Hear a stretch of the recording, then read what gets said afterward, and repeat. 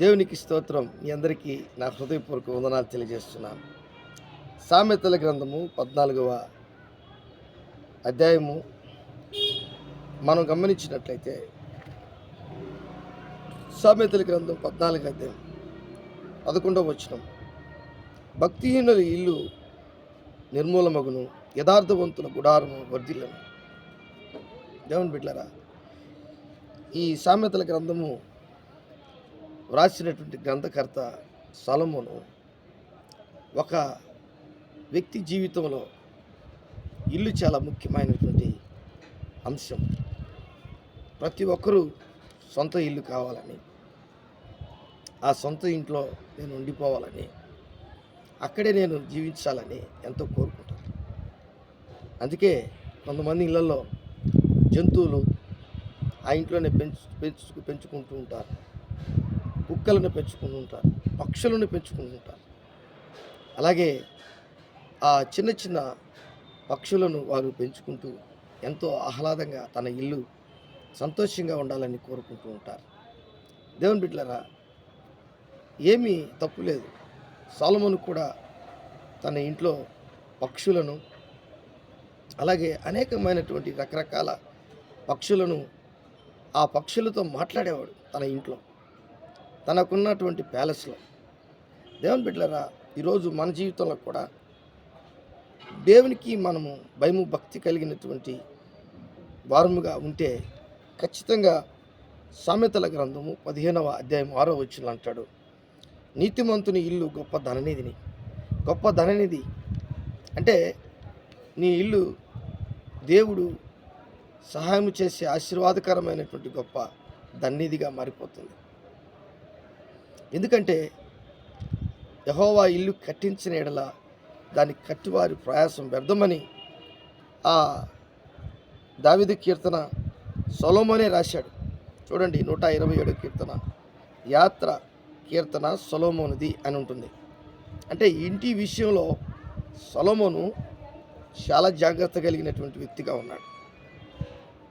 అందుకని అంటాడు, యెహోవా ఇల్లు కట్టించిన ఎడల దాన్ని కట్టివారు ప్రయాసం వ్యర్థమే. అంటే ఎవరైతే భయము భక్తి కలిగి ఆ ఇంటిని కడతారో దాని అర్థం ఆ ఇంటిని దేవుడు స్థిరపరుస్తాడు. ఆ ఇంటిలో 3-4 తరాల పిల్లలను చూడగలడు. అలాగే బిడ్డ పాపలతో ఎంతగానో వారు దీవించబడి ఆశీర్వదించబడి గొప్ప ధననిధిగా దీర్ఘాయుష్షు కలిగినటువంటి వారుగా ఆశీర్వాదకరమైనటువంటి జీవితము ఆ ఇంట్లో వారు అనుభవిస్తారు.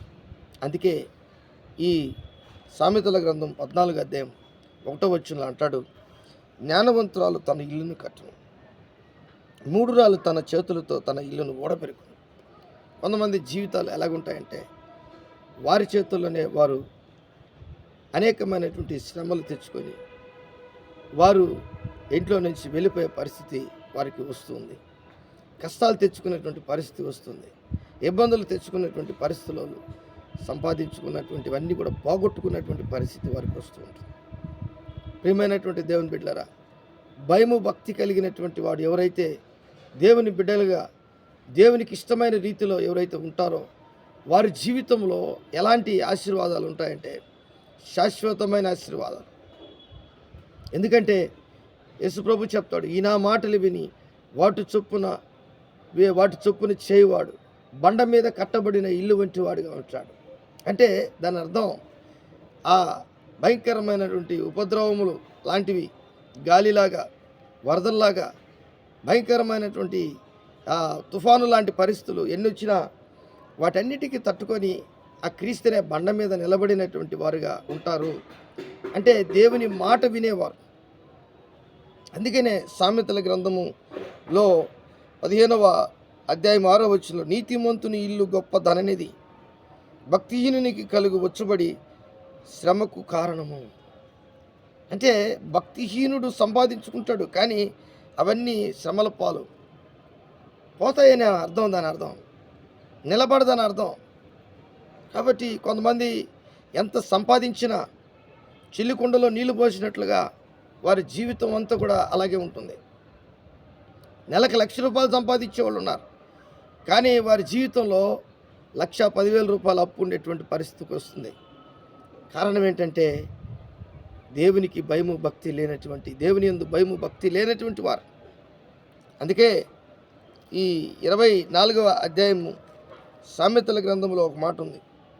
జ్ఞానవంతురాలు జ్ఞానం వలన, చూడండి 24వ అధ్యాయము 3వ వచనం, జ్ఞానం వలన ఇల్లు కట్టబడును, వివేచన వలన ఆ ఇల్లు స్థిరపరచబడును, తెలివి చేత దాని గదులు విలువగల రమ్యమైన సర్వ సంపదలతో నింపబడును. దేవుని బిడ్డలారా, ఇది నీ జీవితంలో, నా జీవితంలో, మనందరి జీవితంలో మనం గమనించాల్సినటువంటి విషయం. మనకు దేవుని జ్ఞానం ఉంటే ఆ ఇల్లు కడతాం, వివేచన ఉంటే ఆ ఇంటిని స్థిరపరుస్తాం, తెలివి చేత దాని గదులు రమ్యమైన విలువ గల సర్వ సంపదలతో నింపబడినటువంటి పరిస్థితి ఆ ఇంటికి సమకూర్చబడుతుంది. ఈరోజు దేవుని బిడ్డలారా, మనము మన ఆధ్యాత్మికమైనటువంటి విషయంలో దేవుని ఇంటి వారంగా మనం ఎప్పుడైతే కట్టబడతామో, దేవునికి ఇష్టమైన రీతిలో మన జీవితం ఎప్పుడైతే మనం ఆయన ముందు కనబడతామో, ఆయనే మనకు అన్నీ కూడా సహాయం చేస్తాడు. ఎందుకంటే ఆయన సర్వ సంపదలు ఆయన దగ్గర ఉన్నాయి, సమృద్ధి జీవనం ఆయన దగ్గర ఉంది.